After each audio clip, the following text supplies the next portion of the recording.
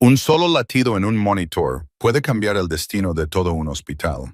Para la enfermera jefe Clara Evans, salvar la vida de un desconocido con graves cicatrices e irreconocible no era una opción, era un juramento.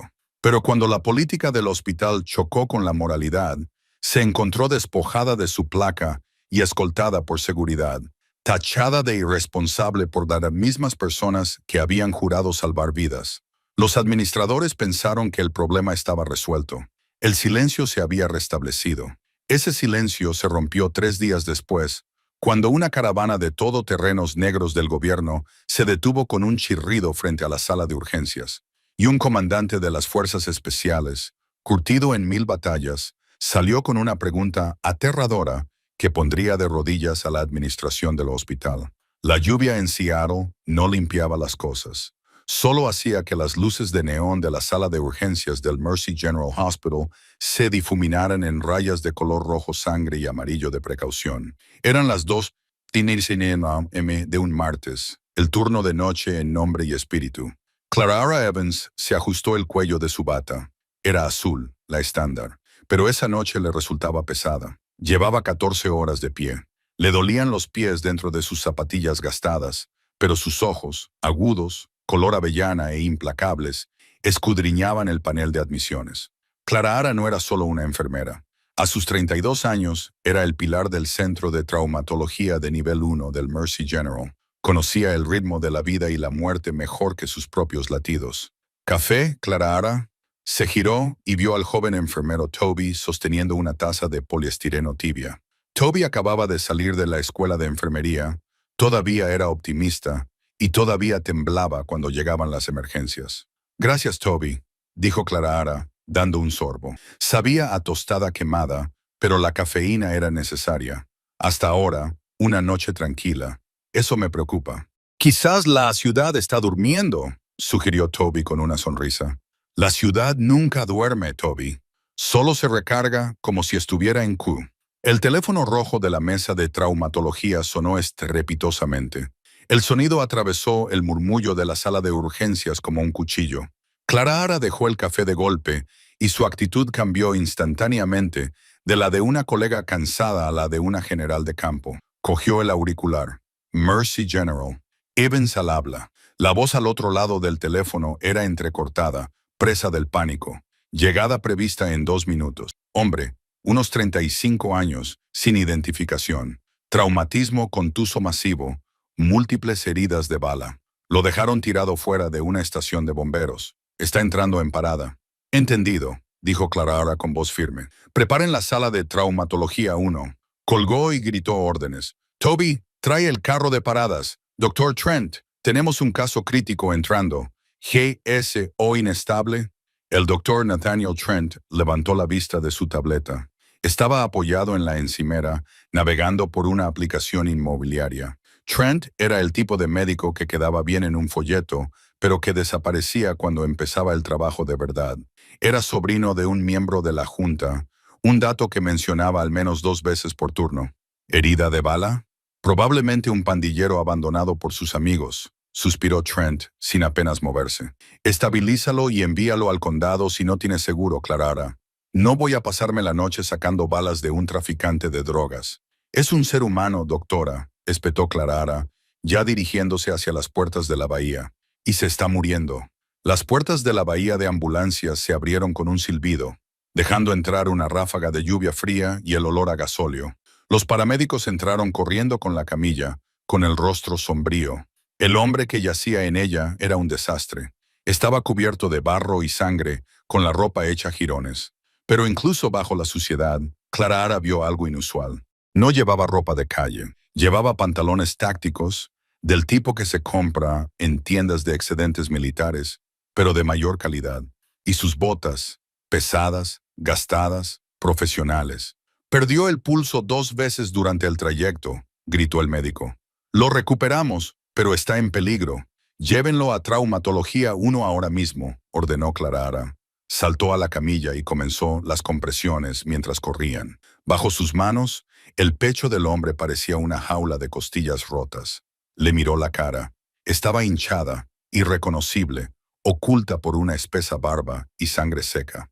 Irrumpieron en la sala de traumatología. Clara se movió como un rayo, conectando cables, comprobando líneas. ¿Dónde está el doctor Trent?, gritó Clara, con los ojos pegados al monitor. El ritmo cardíaco era irregular. Taquicardia ventricular. Va a sufrir otra parada. Ya estoy aquí. Ya estoy aquí. Trent entró tranquilamente, poniéndose los guantes de látex con una lentitud agonizante. Baje la voz, enfermera Evans. Necesita un tubo torácico ahora mismo, dijo Clara, ignorando su tono. No se oyen los sonidos respiratorios en el lado derecho. Déjeme evaluar antes de empezar a diagnosticar. Trent sonrió con desdén. Escuchó el pecho durante medio segundo. Bien. Tórax aéreo a presión, preparen un tubo. Justo cuando Trent cogió el bisturí, las puertas de urgencias se abrieron de nuevo. Pero esta vez no era un médico. Era la administradora Patricia Gower, flanqueada por 2 guardias de seguridad y un joven de aspecto frenético con un traje de seda. Patricia Gower era la directora de operaciones. Era una mujer que veía a los pacientes como hojas de cálculo, las ganancias en negro y las pérdidas en rojo. Dr. Trent, la voz de Patricia era estridente. Deje lo que está haciendo. Trent se detuvo, con el bisturí suspendido a pocos centímetros del pecho del moribundo. Patricia, estoy en medio de una intervención. Tenemos un código VIP, anunció Patricia, señalando al joven del traje de seda. Este es Ethan Caldwell. Su padre es el senador Caldwell, nuestro mayor donante. Ethan se ha lesionado la muñeca jugando al tenis en el club y tiene mucho dolor. Exige atención inmediata. Clara se quedó paralizada. Miró al hombre moribundo en la mesa, con la presión arterial bajando, la saturación de oxígeno al 75%, y luego al hombre mimado que se sostenía la muñeca en la puerta. Tienes que estar bromeando, susurró Clara. Dr. Trent, dijo Patricia, entrando en el campo estéril con sus tacones.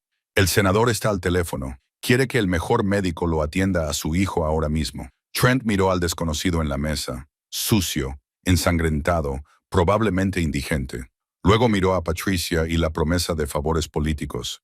Dejó caer el bisturí en la bandeja. Enfermera Evans, dijo Trent, quitándose los guantes. Termine de estabilizar a este.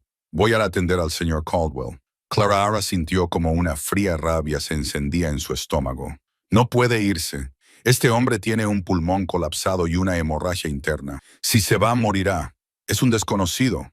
Oh, Clara, dijo Trent con desdén. Probablemente sea un veterano sin hogar o un drogadicto. El protocolo dicta que demos prioridad al triaje. El señor Caldwell es una prioridad. Un esguince de muñeca no es más urgente que un hombre moribundo. Clara gritó, colocándose delante de Trent.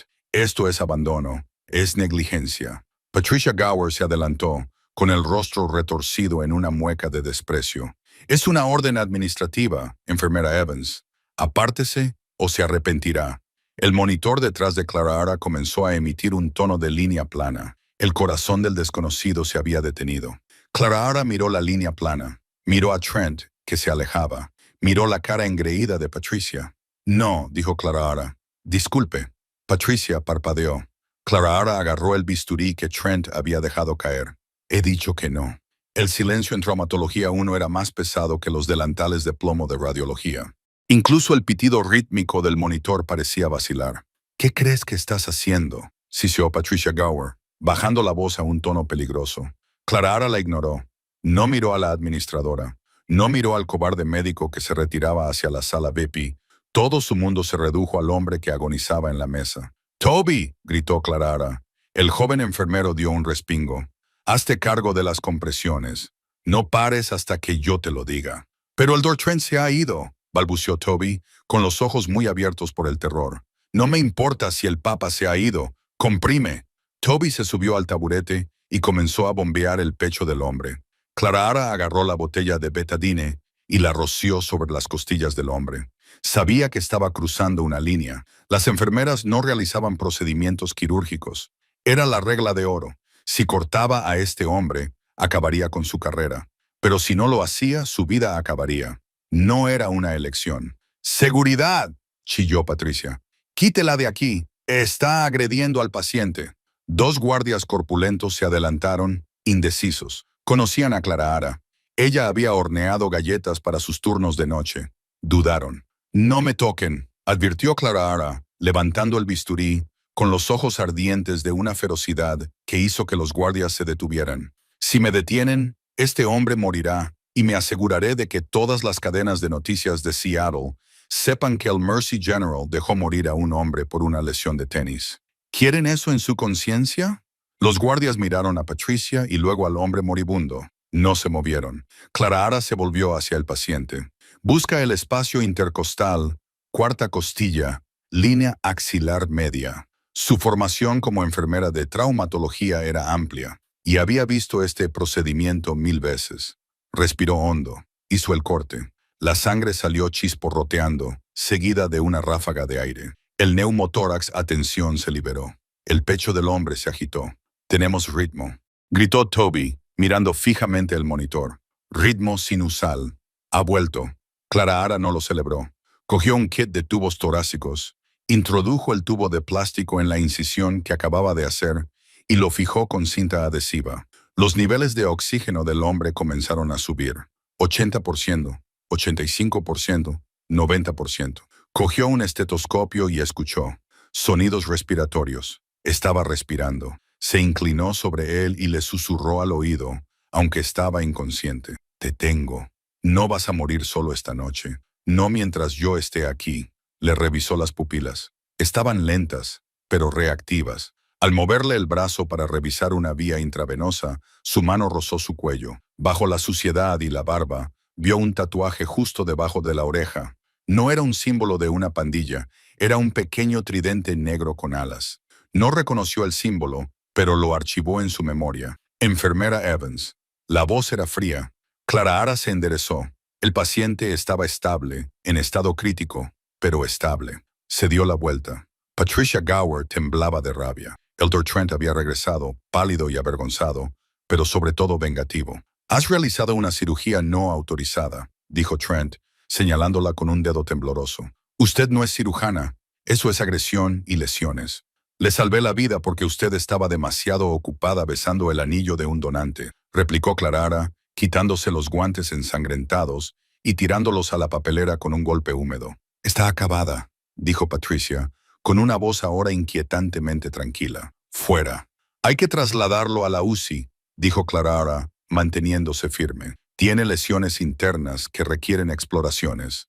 «Nosotros nos encargaremos del paciente», se burló Trent. «Ya no eres empleada de este hospital». «Seguridad», ordenó Patricia de nuevo. «Acompañen a la señorita Evans fuera del recinto inmediatamente. Si se resiste, llamen a la policía». Clara miró a Toby. El joven enfermero lloraba en silencio. «Cuídalo, Toby», le dijo en voz baja. «No dejes que lo maten». «Lo haré», susurró Toby. Clara se dirigió hacia la puerta. Al pasar junto al Dr. Trent, se detuvo. Ella medía 1,65 metros y él 1,88 metros. Pero en ese momento, ella lo superaba en altura. «Hiciste un juramento, Nathaniel. No hacer daño. Esta noche lo has roto». «¡Fuera!», gritó Trent, con el rostro enrojecido. Clara no miró atrás. Salió de la sala de traumatología, atravesó la bulliciosa sala de urgencias, donde los pacientes la miraban con los ojos muy abiertos, y salió a la fría y lluviosa noche. Se sentó en el bordillo del aparcamiento, con la lluvia empapando instantáneamente su bata. Temblaba. La adrenalina se estaba desvaneciendo, dejando tras de sí un vacío de miedo. Acababa de perder su trabajo, su pensión y probablemente su licencia. Tenía 32 años, estaba soltera y sin un centavo. Pero mientras miraba el letrero parpadeante de la sala de urgencias, pensó en el aire que entraba en los pulmones de aquel desconocido, pensó en los latidos del monitor. «Ha valido la pena», susurró a la lluvia. No sabía que dentro del hospital, Toby estaba llevando al desconocido hacia el ascensor y que la mano del hombre se había movido. No sabía que el hombre al que había salvado no era un vagabundo sin hogar. Y desde luego, no sabía que acababa de salvar la vida del capitán Elias Miller, el hermano menor del hombre más peligroso de las Fuerzas Especiales de los Estados Unidos. Pasaron 3 días para Clara. Fueron 3 días borrosos de vino barato, llorando en su sofá e ignorando las llamadas telefónicas. La Junta de Enfermería ya le había enviado un correo electrónico. Se estaba llevando a cabo una investigación. El Mercy General presionaba para que le revocaran la licencia por negligencia grave y por ejercer la medicina sin licencia. La habían incluido en la lista negra. Solicitó trabajo en 3 clínicas de urgencias. Las 3 la rechazaron en cuestión de horas. Patricia Gower había sido minuciosa. No solo había despedido a Clara, había arrasado con todo. Dentro del Mercy General, las cosas habían vuelto a la tóxica normalidad. El doctor Trent se pavoneaba, presumiendo de cómo había manejado a la enfermera rebelde. El VIP, Ethan Caldwell, había sido tratado por su esguince de muñeca con los cuidados que normalmente se reservan a la realeza y dado de alta con una receta de potentes analgésicos que no necesitaba. El desconocido, el capitán Elias Miller, había sido trasladado a una habitación semiprivada en la 4ª planta. Seguía en coma, recuperándose del trauma. Como no llevaba ninguna identificación cuando llegó y Clara había sido despedida antes de poder documentar correctamente el tatuaje, figuraba simplemente como John Doe, indigente. Patricia Gower había ordenado que se le prestara la mínima atención. Manténganlo con vida, pero no malgasten recursos, les había dicho a las enfermeras de la planta. Una vez que despierte, lo trasladaremos al centro estatal. No sabían quién era. No sabían que la baliza militar incrustada en su mare había resultado dañada en la emboscada que casi le cuesta la vida, lo que retrasó la señal de rastreo de su equipo. Pero en la mañana del 4º día, la baliza volvió a encenderse. Envió un único ping cifrado a un satélite que orbitaba a 200 metros sobre la Tierra. Ese satélite retransmitió las coordenadas a una base de operaciones segura en Virginia, que a su vez envió una alerta roja a un equipo táctico que se encontraba repostando en San Diego. El comandante Jackson Miller estaba en medio de una reunión informativa cuando su unidad de comunicaciones emitió un pitido. Miró el dispositivo y su rostro, un mapa de cicatrices y estoicismo, palideció por primera vez en una década. «Señor», preguntó su ayudante izquierdo. «Lo han encontrado», dijo Jackson con una voz grave como el chirrido de piedras. «Han encontrado a Elias. Está en Seattle. ¿Está vivo?» «La señal es débil. Está inmóvil. En un hospital». Jackson se levantó, volcando la mesa en su prisa. «Prepara los helicópteros. Volamos ahora mismo». De vuelta al Mercy General. El turno de mañana estaba empezando. Patricia Gower estaba en la recepción de urgencias reprendiendo a una recepcionista por un error en el archivo. Las puertas automáticas se abrieron. Normalmente las puertas admitían a pacientes, familiares o paramédicos. Esta vez entraron 6 hombres. No caminaban como civiles. Se movían en falange, en formación en V. Llevaban equipo táctico negro, no uniformes de policía, sino uniformes de combate militares de alta gama sin insignias. Se movían con una gracia letal que hizo que la temperatura de la sala bajara 10 grados Celsius. En la punta de la V estaba el mayor Jackson Miller. Medía 1,93 metros y era puro músculo y determinación. Llevaba gafas de sol oscuras incluso en interiores y una boina metida en la charretera. Tenía la mandíbula tan apretada que podría cortar cristal. El guardia de seguridad del hospital, un policía jubilado llamado Barney, dio un paso adelante. «Disculpen, caballeros, no pueden entrar aquí con...». Jackson ni siquiera redujo la marcha. Simplemente pasó junto a Barney como si fuera un fantasma. Uno de los hombres detrás de Jackson apartó a Barney con suavidad pero con firmeza, con una mano que parecía una barra de acero. La falange se detuvo en el mostrador central. Toda la sala de urgencias se quedó en silencio. Los médicos dejaron de dictar. Los pacientes dejaron de gemir. Todos miraron a los gigantes oscuros que estaban en medio de la sala. Patricia Gower levantó la vista molesta. Se ajustó las gafas. «¿Puedo ayudarles? Esto es un hospital, no un patio de armas. Están bloqueando el pasillo». Jackson Miller se quitó las gafas de sol. Sus ojos eran de un azul gélido y ardían con una intensidad aterradora. Apoyó las manos en el mostrador. «Estoy buscando a mi hermano», dijo Jackson. Su voz no era alta, pero se escuchó hasta el fondo de la sala. «El capitán Elias Miller. La señal de rastreo lo sitúa en este edificio». Patricia se burló. «No tenemos a nadie con ese nombre». «Y aunque lo tuviéramos, las leyes de privacidad de los pacientes...». «No me importan sus leyes», interrumpió Jackson. «Está desaparecido en combate. Lo hemos rastreado hasta aquí. Tiene un tatuaje de un tridente en el cuello». Patricia se detuvo. Recordó el informe del desconocido, el hombre indigente. «Ah», dijo, curvando ligeramente los labios. El desconocido, el caso de Caridad. Los nudillos de Jackson se pusieron blancos sobre el mostrador. Caso de Caridad llegó hace días, sin identificación. Lo hemos mantenido con vida a costa del hospital, dijo Patricia, tratando de recuperar la autoridad. Está arriba, puedes llevártelo. Nos ahorrará presupuesto. Jackson hizo una señal a sus hombres. 2 de ustedes aseguren el perímetro. 2 de ustedes suban y localicen a Elias. Médico, vaya con ellos. Mientras su equipo se movía con precisión, Jackson se quedó en el mostrador. Miró fijamente a Patricia. Algo no estaba bien. Conocía el alcance de las lesiones de Elias por el informe de campo antes de que desapareciera. Elias debería estar muerto. Alguien había hecho un milagro para mantenerlo con vida durante 3 días. ¿Quién lo trató?, preguntó Jackson. El Dr. Trent fue el médico que lo atendió, dijo Patricia, señalando a Nathaniel, que se encogía detrás de un monitor de ordenador. Jackson miró a Trent, vio sus manos suaves, el sudor nervioso, el reloj caro. Conocía a hombres como él. No salvaban a hombres como Elias. ¿Tú?, preguntó Jackson a Trent. Usted estabilizó un neumotórax a tensión y reparó una arteria subclavia rota en una sala de traumatología. Yo supervisé, balbuceó Trent. Jackson entrecerró los ojos. Se inclinó hacia adelante. Mi médico vio los gráficos al entrar. Las notas dicen que el procedimiento inicial fue una toracotomía de campo realizada con un bisturí, no con un kit estándar. Eso es medicina de combate. Eso es coraje. Jackson miró alrededor de la sala. Vio a las enfermeras mirando hacia abajo, moviéndose incómodas. Vio cómo miraban a Trent con desdén. Tú no lo salvaste, dijo Jackson. No era una pregunta.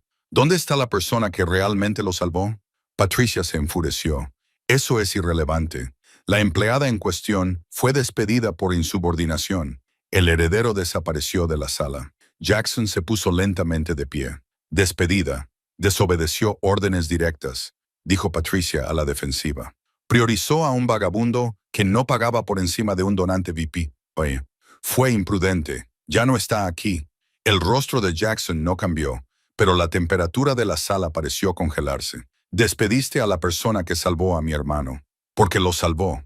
Rompió el protocolo, gritó Patricia. Jackson se volvió hacia la sala. ¿Cómo se llamaba? Silencio. Lo he preguntado, rugió Jackson con una voz que hizo temblar las paredes. ¿Cómo se llamaba? Desde un rincón, el joven Toby se puso de pie. Le temblaban las manos, pero habló con claridad. Se llama Clara, dijo Toby. Clara Evans. Y es la mejor enfermera que ha tenido este hospital. Jackson miró a Toby y luego volvió a mirar a Patricia. Se volvió a poner las gafas de sol. ¿Dónde vive? Clara Evans vivía en un apartamento tipo estudio en Rainier Valley, un barrio que los agentes inmobiliarios describían educadamente como prometedor y que todos los demás consideraban peligroso. Era el único lugar que podía permitirse con su sueldo de enfermera mientras pagaba sus préstamos estudiantiles. Ahora, sin sueldo y con una reputación mancillada, incluso ese cubículo estaba a punto de escapársele de las manos. La lluvia golpeaba con fuerza contra su ventana de un solo cristal, un tamborileo implacable que se correspondía con el dolor de cabeza que llevaba soportando desde hacía 72 horas. Clara se sentó en el suelo rodeada de cajas de cartón. No solo la habían despedido, la estaban borrando. El correo electrónico de su casero había llegado hacía una hora. Debido a la reciente publicidad sobre su despido y los posibles cargos penales, estamos ejerciendo la cláusula de su contrato de alquiler para rescindirlo. Patricia Gawa no solo la había despedido, había filtrado la historia a un blog local, presentando a Clara como una enfermera inestable que había agredido a un médico. El titular en la pantalla de su teléfono la miraba fijamente. Ángel de la muerte, enfermera despedida tras agredir a un cirujano en la sala de traumatología. Clara cogió un rollo de cinta de embalaje. Sus manos, normalmente lo suficientemente firmes como para enhebrar una aguja en una vena colapsada, temblaban. Arrancó un trozo de cinta. El sonido fue fuerte y áspero en la silenciosa habitación. Toc, toc, toc. No era un golpe cortés. Eran 3 golpes fuertes y controlados, el tipo de golpe que exigía una respuesta. Clara se quedó paralizada. Miró a la puerta. ¿Quién es?, gritó con voz quebrada. Entrega, retumbó una voz grave. Era mentira. Clara Ara sabía reconocer una mentira cuando la oía. Había oído suficientes de pacientes que intentaban ocultar sobredosis. Déjelo en el felpudo, dijo, levantándose y agarrando la única arma que tenía, una pesada lámpara de latón. No puedo hacerlo, señorita Evans, respondió la voz. Abra la puerta, por favor. No quiero romperla. Era educado, pero la amenaza que había detrás era absoluta. El corazón de Clara Ara latía con fuerza contra sus costillas. ¿Había enviado Patricia a la policía? ¿Era este el momento en que la arrastrarían esposada por agresión? Respiró hondo, abrió el cerrojo y abrió la puerta 3 pulgadas, manteniendo la cadena puesta. Esperaba a un agente de policía. Esperaba a un agente judicial. No esperaba a un hombre enorme que ocupaba todo el marco de la puerta. El agua goteaba del ala de una gorra táctica negra. Detrás de él, otros 2 hombres permanecían en las sombras del pasillo, en posición de alerta, vigilando la escalera. El comandante Jackson Miller la miró desde arriba. De cerca, era aterrador. Tenía una cicatriz que le atravesaba la ceja izquierda y la mandíbula cubierta por una barba incipiente de un día. Pero fueron sus ojos los que dejaron helada a Clara Ara. Tenían la misma forma que los del hombre al que había salvado. «¿Clara Ara Evans?», preguntó Jackson. «¿Quién quiere saberlo?». Clara Ara se agarró al marco de la puerta. «Si eres del Mercy General, dile a tus abogados que hablen con mi abogado de oficio. No tengo nada que decirte». «No soy del hospital», dijo Jackson. Metió la mano en la chaqueta. Clara Ara se estremeció y levantó la lámpara. Jackson se movió lentamente y sacó una foto. La acercó a la rendija de la puerta. Era una foto de 2 hombres vestidos de blanco, sonriendo en un muelle. Uno era Jackson, el otro era el desconocido. «Tú lo trataste», dijo Jackson. «Hace 3 días, trauma 1. Clara Ara bajó ligeramente la lámpara. «El desconocido. El capitán Elias Miller, mi hermano». Jackson guardó la foto. «Abre la puerta, Clara Ara. Tenemos que hablar». Clara Ara dudó, luego desenganchó la cadena. Si esos hombres querían hacerle daño, una cadena de latón no los detendría. Abrió la puerta de par en par. «¿Está vivo?», preguntó, suavizando la voz. Estaba preocupada. No me decía nada. Jackson entró. Sus botas resonaban pesadamente sobre el suelo laminado barato. Los 2 hombres que le seguían se quedaron en el pasillo, de espaldas para vigilar la puerta. De repente, el apartamento pareció increíblemente pequeño. «Está vivo», dijo Jackson, mirando a su alrededor las cajas de embalaje. «Apenas, pero no está bien». «¿Qué quieres decir?». Los instintos de enfermera de Clara Ara se impusieron a su miedo. «¿Tiene sepsis? Ha habido una fuga en el tubo torácico. Les dije que vigilaran el enfisema subcutáneo. Físicamente está estable, pero se despertó hace 1 hora», dijo Jackson. Se quitó la gorra y la escurrió con las manos. «Está agitado. Estrés postraumático. No sabe dónde está. No confía en los médicos». Le rompió el brazo a un residente que intentó cambiarle la vía intravenosa. Clara Ara soltó un pequeño grito ahogado involuntario. «Está pidiendo la voz», dijo Jackson, mirándola fijamente. «Dice que recuerda una voz en la oscuridad, una mujer que le dijo que no iba a morir solo. No deja que nadie se le acerque. Se está arrancando los tubos, Clara Ara. Si sigue así, se desangrará». Clara Ara bajó la mirada hacia sus manos. «No puedo ayudarte. Ya no soy enfermera. Me han revocado mis privilegios. Si pongo un pie en ese hospital, me arrestarán por allanamiento». Jackson se acercó. Se alzaba imponente sobre ella, pero por primera vez su expresión se suavizó. No era compasión, era respeto. «Vi las imágenes de seguridad», dijo Jackson en voz baja.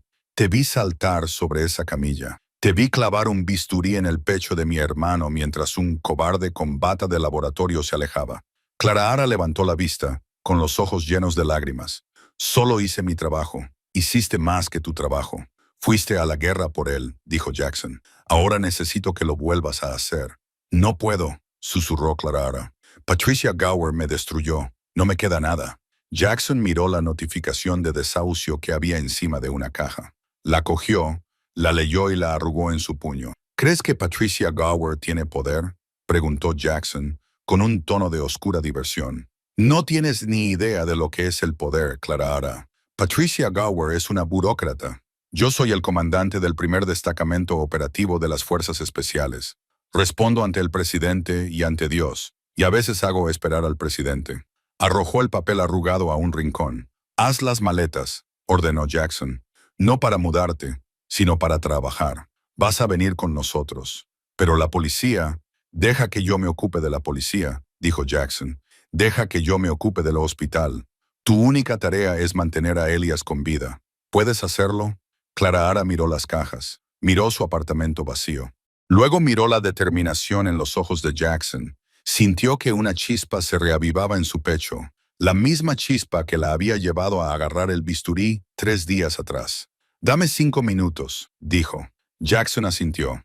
Te esperaremos en el todoterreno. Mientras Clara corría al baño para echarse agua fría en la cara y recogerse el pelo, oyó a Jackson hablando por su comunicador de muñeca.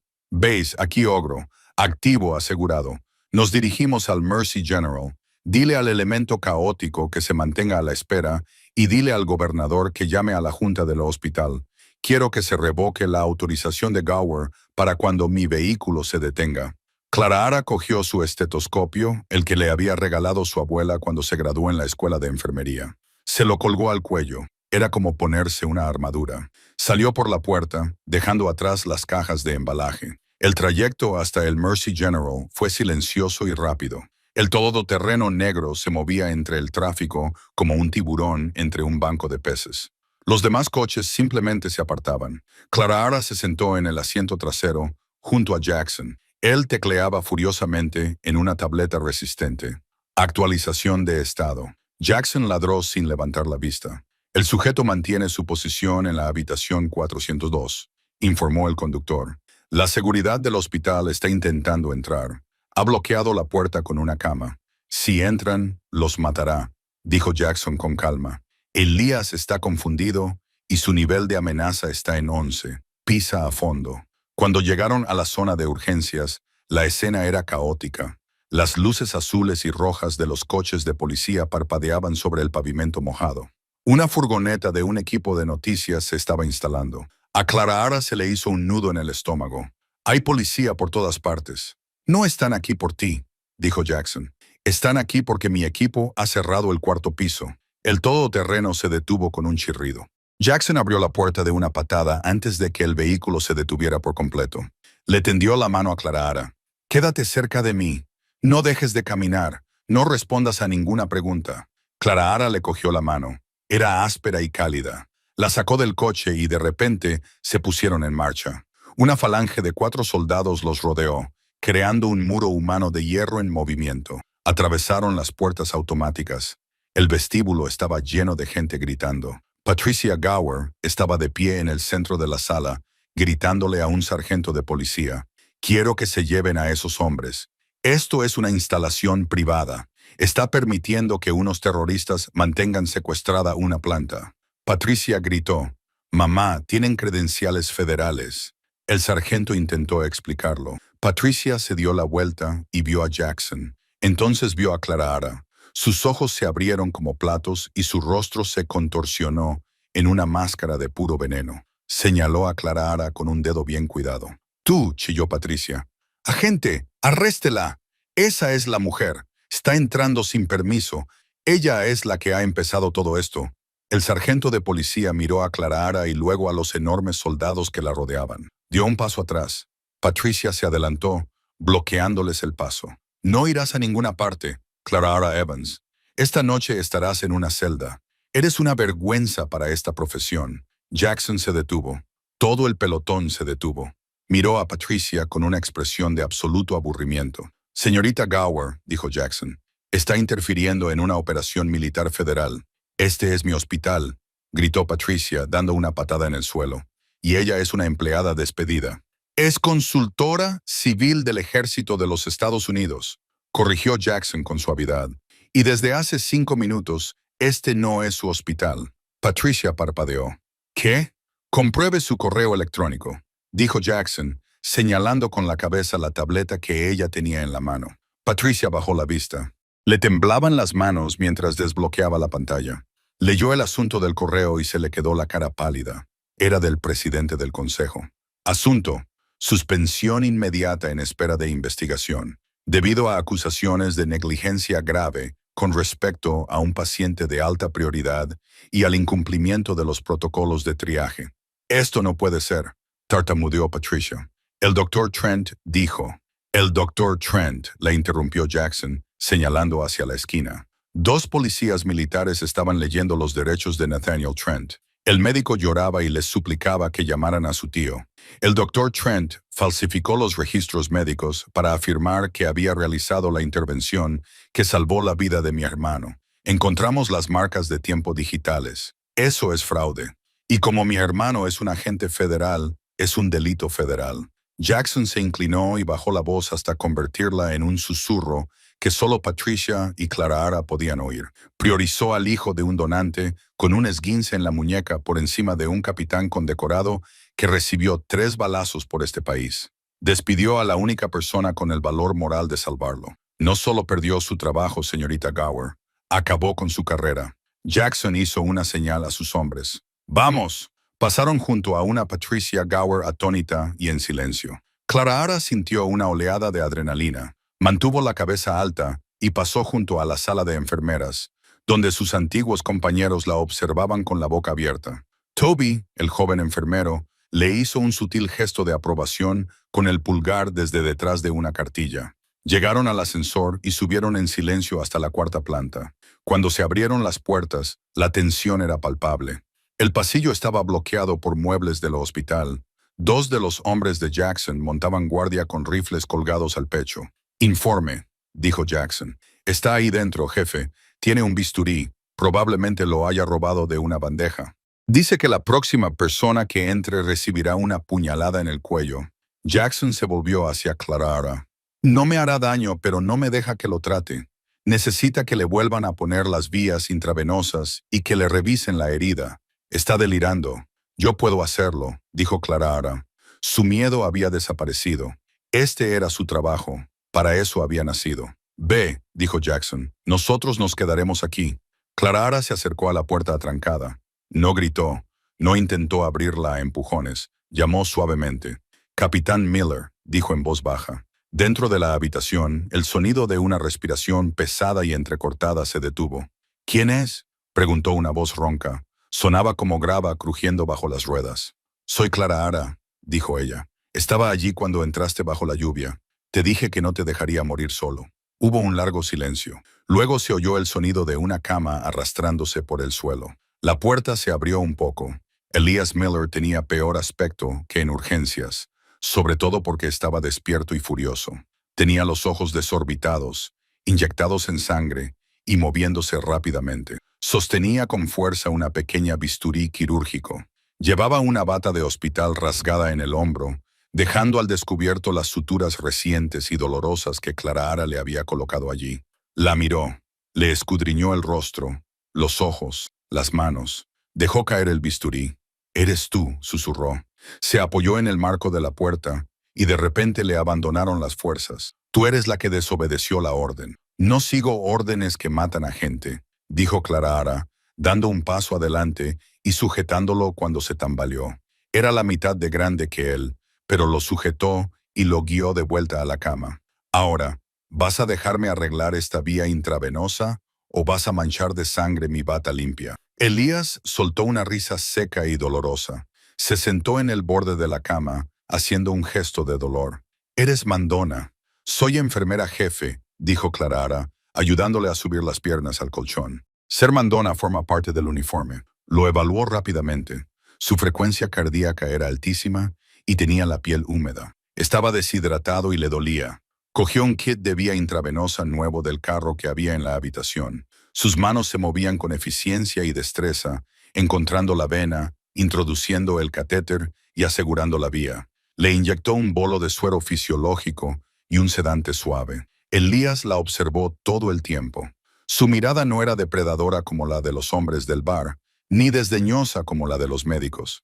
Era intensa, analítica y sorprendentemente vulnerable. «Dijeron que habías muerto», murmuró Elías, con los ojos empezando a cerrarse a medida que los medicamentos hacían efecto en su organismo. «¿El traje?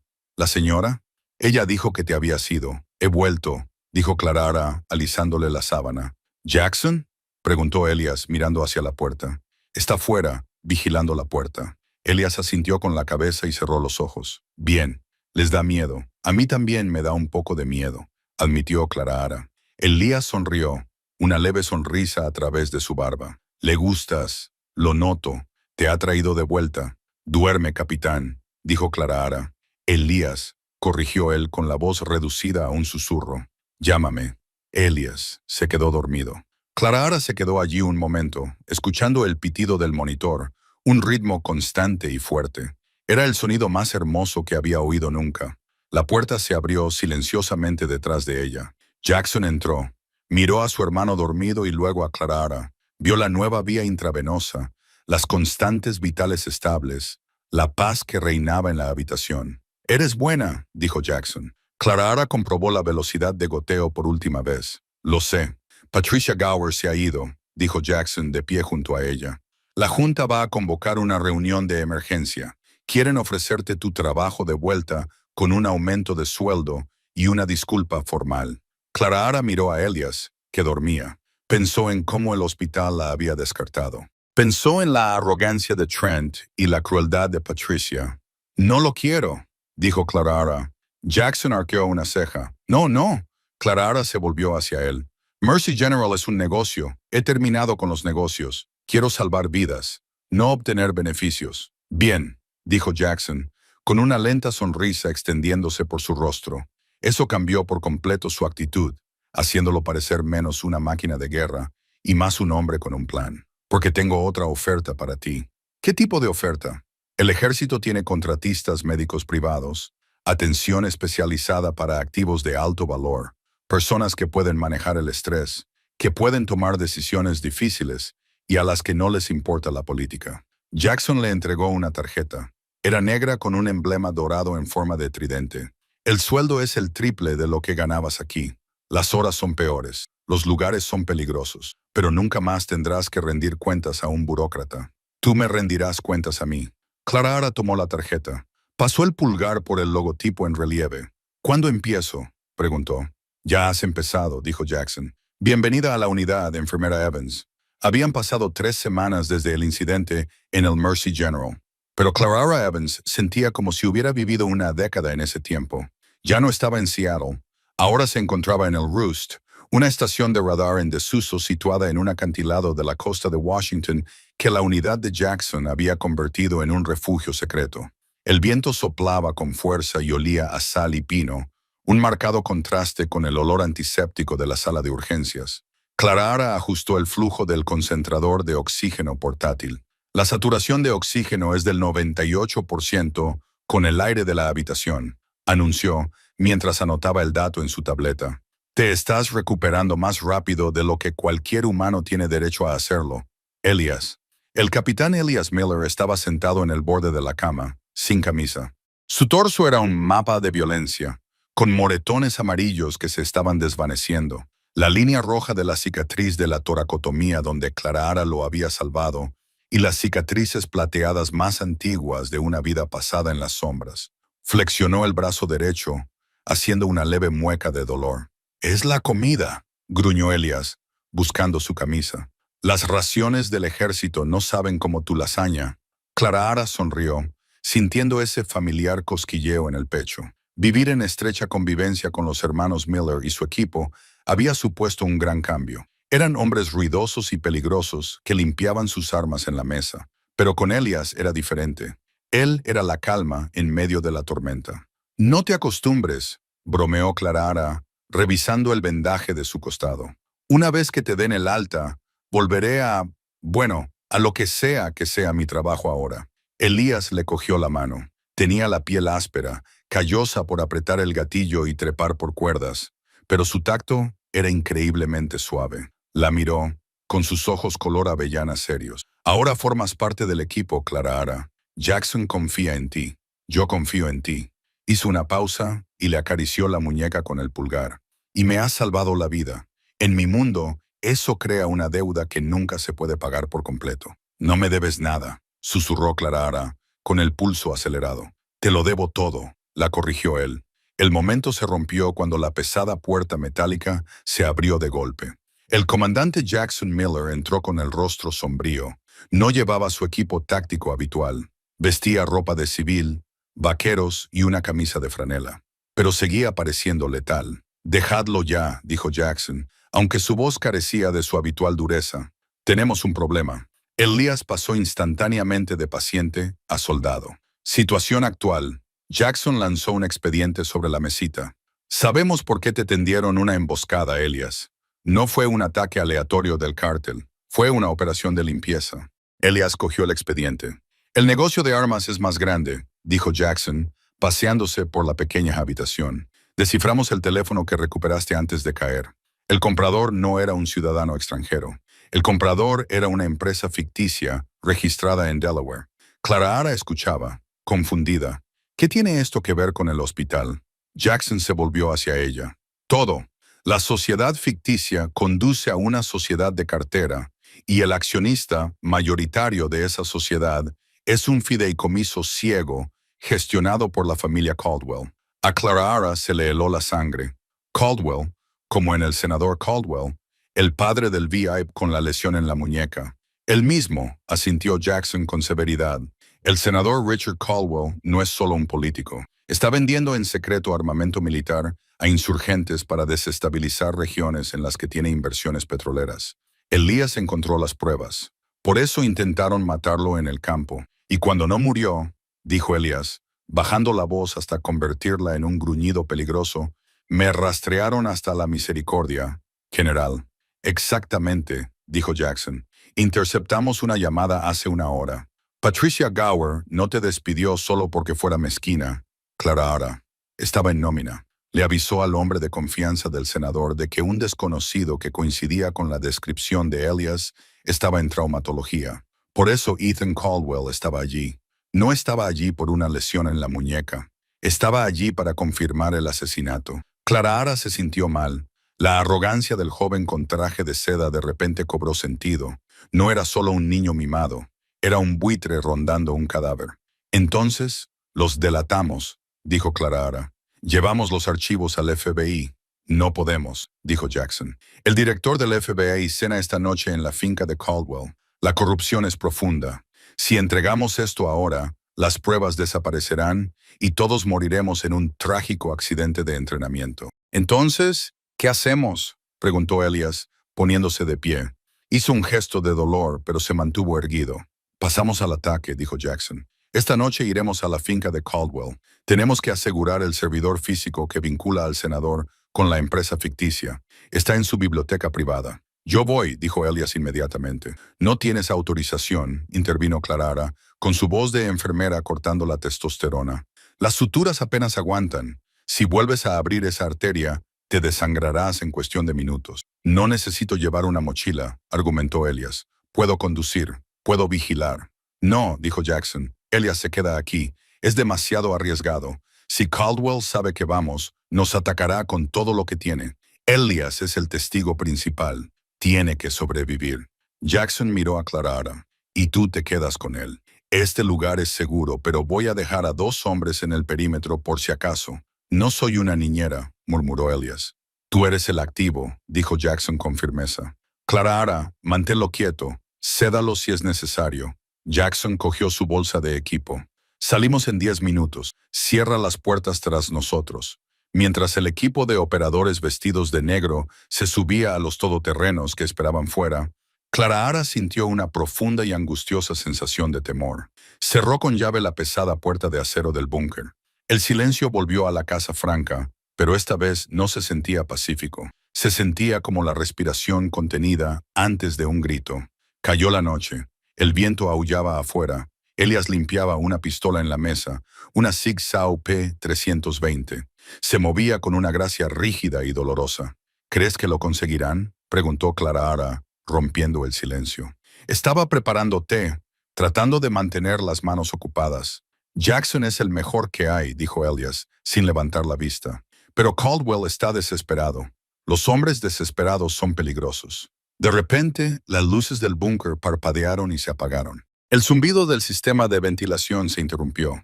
La habitación se sumió en una oscuridad total. «¡Fallo eléctrico!», susurró Clara paralizada. «No», dijo la voz de Elias justo al lado de su oído en la oscuridad. Se había movido al instante, en silencio. «El generador tiene un respaldo. Debería haberse encendido. Han cortado los cables». Clara Ara oyó el clic-clac característico de un arma al amartillarse. «Agáchate», susurró Elias, ahora al suelo. Clara Ara se tiró al frío cemento. «Quédate detrás de la isla de la cocina», ordenó Elias. «No te muevas hasta que yo te lo diga». Afuera, el sonido del viento fue reemplazado por otra cosa. El crujir de la grava, el pesado ruido sordo de las botas. No eran dos hombres, eran muchos. «Guardias del perímetro», siseó Clara Ara. «Silencio», dijo Elias. «Ya se han ido». Una voz amplificada por un megáfono atravesó la pesada puerta de acero. Era una voz suave y arrogante. Una voz que Clara Ara reconoció. «Capitán Miller, señorita Evans, sabemos que están ahí dentro. Soy Ethan Caldwell. Tienen algo que pertenece a mi familia». El corazón de Clara Ara latía con fuerza contra sus costillas. El VIP, el hijo. «¡Abran la puerta!», gritó Ethan, con una cruel emoción en la voz. «El doctor Trent no está aquí para salvarlos esta vez, y tampoco su hermano». Elias se agachó junto a Clara Ara. A la luz de la luna que se filtraba a través de las altas rejillas de ventilación, su rostro era una máscara de piedra. «Observaron la casa», susurró Elias. «Esperaron a que Jackson se marchara». «Es una trampa». «¿Qué hacemos?», preguntó Clara Ara, aterrorizada. Elias le puso la pistola en la mano. «¿Sabes cómo usarla? Hace años disparé una Glock en un campo de tiro». «Apunta y aprieta el gatillo», dijo Elias. «Voy a atraer su fuego. Tú cubre la entrada trasera. No puedes luchar contra ellos solo. Estás herido». «No estoy solo», dijo Elias mirándola. «Tengo a mi enfermera». Entonces, un estruendo ensordecedor sacudió los cimientos del búnker. La puerta principal crujió cuando detonaron las cargas explosivas. El humo entró a raudales. El asedio había comenzado. La puerta del búnker explotó hacia adentro. El metal retorcido chirriaba contra el hormigón. Las granadas aturdidoras los dejaron ciegos, resonando en los oídos de Clara Ara como un clavo mortal. Elias disparó 3 tiros rápidos, derribando a 2 mercenarios en el humo, pero gimió cuando sus suturas recién hechas se rompieron. La sangre empapaba su costado. «¡No podemos contenerlos!», gritó Elias, empujando una pistola de repuesto en las manos temblorosas de Clara Ara. Se estaba desvaneciendo rápidamente. Clara Ara vio un tanque de oxígeno y una botella de alcohol isopropílico en el carro médico. Desesperada, los unió con cinta adhesiva, creando una bomba rudimentaria. La lanzó hacia la brecha. «Dispara». Elias no dudó. Una bala perforó el tanque. Una enorme bola de fuego estalló, envolviendo a los mercenarios y sacudiendo los cimientos. «Muévete», ordenó Elias.